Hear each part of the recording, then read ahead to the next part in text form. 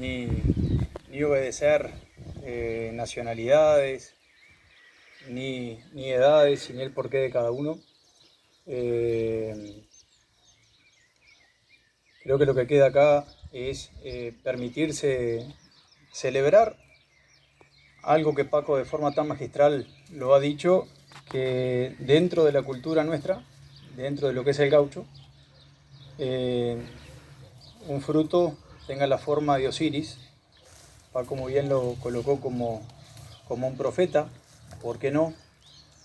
Pero a mí lo que me da ganas de comentar es hasta dónde llegó nuestra cultura que ha permitido que exista un Osiris Rodríguez Castillo.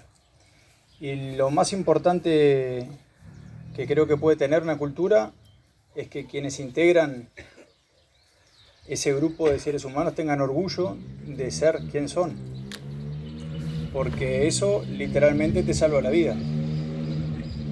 El orgullo de ser de aquí, el orgullo de ver llegar un amigo por el otro lado y ver cómo se quita el sombrero y su amabilidad, y escuchar que fulano de tal se portó muy bien con otro, y la actitud del gaucho viva. Y cuando tenemos un Osiris en el medio de la cultura que eleva todo lo que sentimos y lo que practicamos a un nivel indescriptible, genera profundidad. Y lo que es profundo no se seca sino más. Y lo que no se seca sino más, perdura. Y por perdurar, acá estamos. Entonces para mí esto es una reunión de la cultura, una reunión de la tierra, una reunión de pagos, con un componente de religiosidad, como no, con un olor a galpón, con un aire de nostalgia, con lo que tiene el campo para todos nosotros, y buena parte vivimos en él o de él, y muchas veces nos genera otro motivo para quedarse en él. Bueno, ese motivo creo que está explícito acá, es ser gente de campo.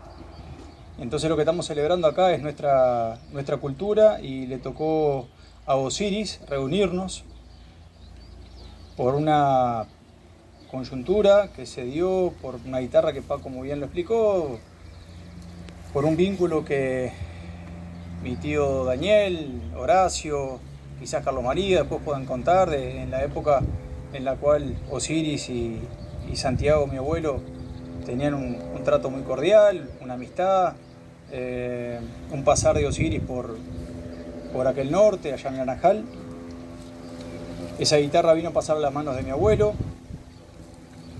Y bueno, y a mí me tocó criarme con esa guitarra que estaba ahí dentro de casa. Y era una especie de...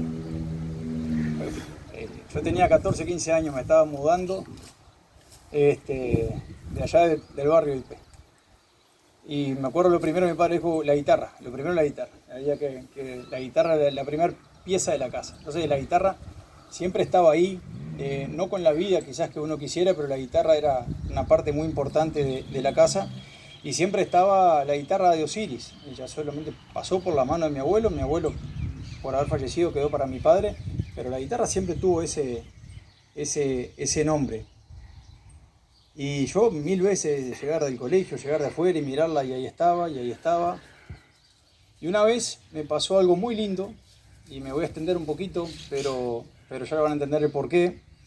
Yo estaba en un lugar, en el pago que me regaló el primer cariño con el campo, que es Vichadero, en una estancia de una familia que es prácticamente propia, que son los Verazain.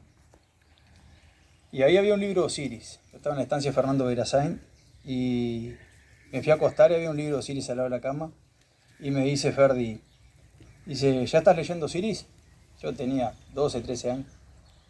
Y le digo, no, estaba la guitarra, que yo era una especie de religión, pero no había ahondado en Osiris todavía. Y me dice Ferdi, vos no sos muy Suárez de Lima entonces.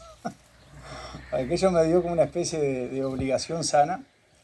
Y a partir de ese entonces, ya entrando en la adolescencia, empecé a recibir de la mano de las guitarreadas que ofrecía Daniel Suárez de Lima, mi tío, ese ambiente donde esa guitarra ya cantaba, y ahí las cosas de Osiris las empecé a escuchar, dichas, cantadas, lo que habían atrás de las letras y demás.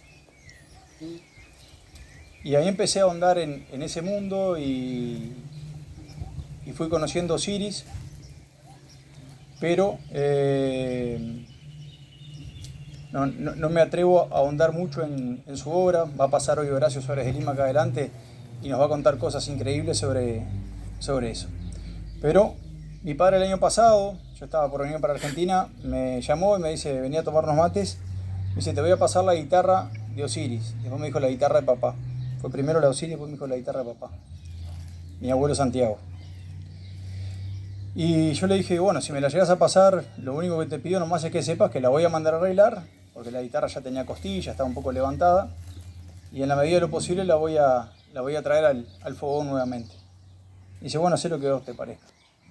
Y ya lo tenía flechado, hablé con el tocayo, hablé con Paco, le digo, recomiéndeme un luthier, los dos me recomendaron el mismo. Al poco tiempo me vine, traje la guitarra, quedó en custodia de Santiago, y conversando eso, sobre las cosas de Osiris y la guitarra, María Elena y Luicho, muy amablemente, comiendo un asado acá, me ofrecieron que si hiciéramos una reunión, que el recreo estaba a disposición. Nos sentimos tan a gusto en ese momento que ni nos sorprendimos con la invitación, y no tenemos una gota de vergüenza. Entonces hemos tenido una libertad enorme de invitar a todos los amigos que pudimos, a gente muy querida para todos nosotros, a buena parte de la familia. Y solo para cerrar, les quería comentar, porque por algo las cosas pasan. En esa misma estancia había una estribera nuevita. Me la regalaron y la corté. Y como yo era guri chico, sobró un pedazo así. La corté y le saqué con regla, 4 tientos. Y quería aprender a trenzar eso. Y no tenía cómo. Y no sabía. Y busqué por un lado, busqué por otro, y aprendí a trenzar, después aprendí a hacer un botón. Y en esa misma estancia, en ese mismo lugar, a donde contacté con la obra Osiris por primera vez, me junté con ese pedazo de estribera. Ese pedazo de estribera se transformó en un llavero que se lo regalé al padre a un amigo que caminaba así después de tan pesado que era el llavero. Era una manea, pero el padre del Vasco Braga quedó con él. Y al tiempo vine a dar a Buenos Aires con don Luis Alberto Flores, quien me regaló un montón de cosas asociadas al tiento, muchos consejos, muchos comentarios, mucho libro, quien llevó el cuero a un nivel de religiosidad, si se quiere, si se me permite el paralelismo. Y cuando yo pensé que don Luis solamente me había regalado una fortuna inmensurable de conocimientos y aquellos libros, en una caja enorme, que estaban todos los libros y yo no los conocía, me costó 3 años de facultad, fue una cosa espectacular, la mejor inversión de mi vida. Al tiempo don Luis se fue y me quedaron estos amigos. Cuando yo conocí a don Luis, mi familia, la tribu, habían venido a cantar a Buenos Aires a un homenaje a Osiris. Y estaba don Carlos Di Fulvio. En ese mismo día conocí a don Luis yo.